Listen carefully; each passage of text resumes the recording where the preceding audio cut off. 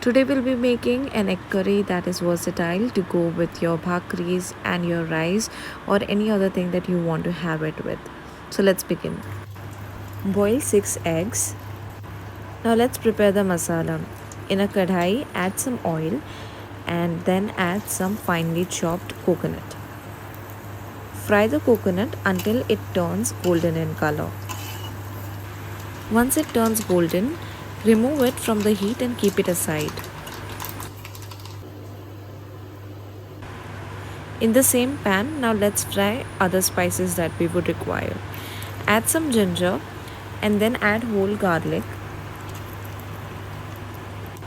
Once this is browned nicely, let's add some peppercorns, some cumin seeds and poppy seeds, and around 8 to 10 whole dried chilies.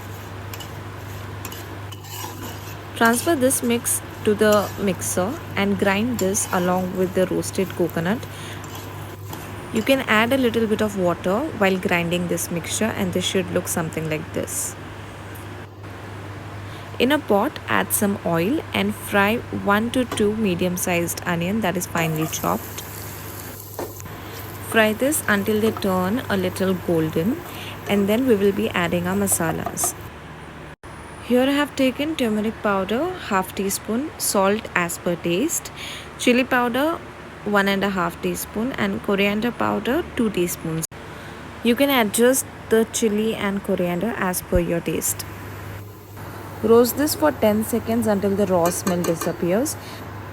To this add a puree of 3 tomatoes and let this cook until you can see the oil leave the sides.